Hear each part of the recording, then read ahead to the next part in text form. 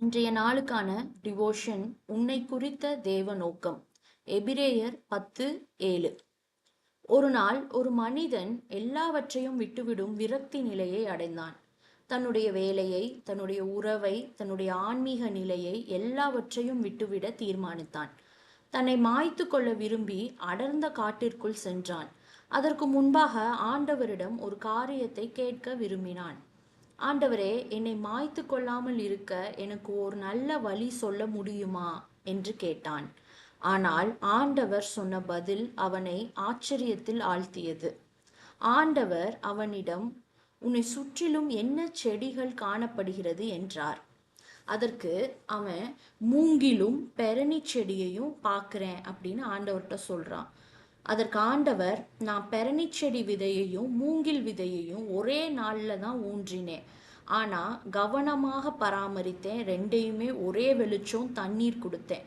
ஆனால் பெரணி செடியோட விதை சீக்கிரமாக முளைத்தெலும்பி பச்சை இலைகளை விட்டு தரையோட வளர்ந்து படர்ந்து பார்ப்பதற்கு ரொம்ப அழகாக காட்சி கொடுத்துச்சு. ஆனால் மூங்கில் விதையிலிருந்து ஒரு சின்ன இலை கூட வரவே இல்லை அப்படின்னு சொல்கிறாரு. ஆனாலும் நான் மூங்கில விட்டு விடவில்லை.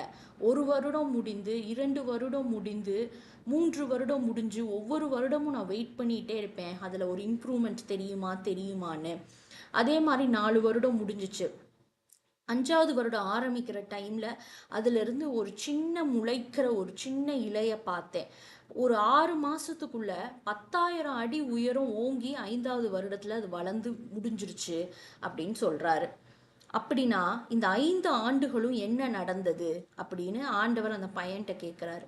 இவ்வளவு உயரம் வளரும் இம்மரத்தை தாங்கத்தக்கதான வலுவான வேர்கள் உருவாகி தரையின் கீழ் பரவ சரியான பிடிப்பை அது உண்டாக்கிட்டு இருந்துச்சு. இந்த 5 வருஷம் அதோட பேஸ்மெண்ட்டை ஸ்ட்ராங் பண்ணிக்கிட்டு இருந்துச்சு இவ்வளோ பெரிய மரத்தை தாங்குவதற்கு. ஏன்னா 10,000 அடி உயரம் வளரக்கூடிய மரம் தான் மூங்கில் மரம்.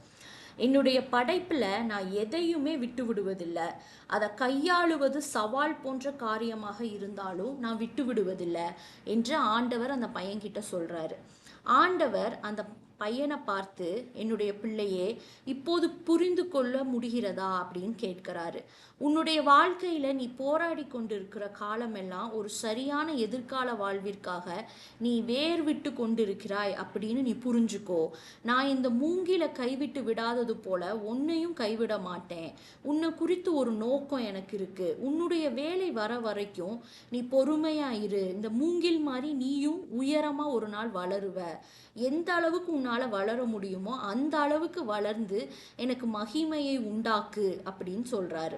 அந்த மனிதன் நான் என் வாழ்க்கையில முன்னேறி செல்வேன் என்ற நம்பிக்கையின் நிச்சயத்தோடு அந்த காட்டை விட்டு திரும்பி போயிடுறான். அன்பானவர்களே, தேவனுடைய கிருபையை சார்ந்து கொண்டு தொடர்ந்து முன்னேறி கொண்டே இருங்கள். தேவன் உங்களில் கிரியை செய்ய ஆரம்பிப்பார். தேவனே, என்னை குறித்த நோக்கத்தை புரிந்து கொள்ள கிருபை தாரும். ஆமேன்.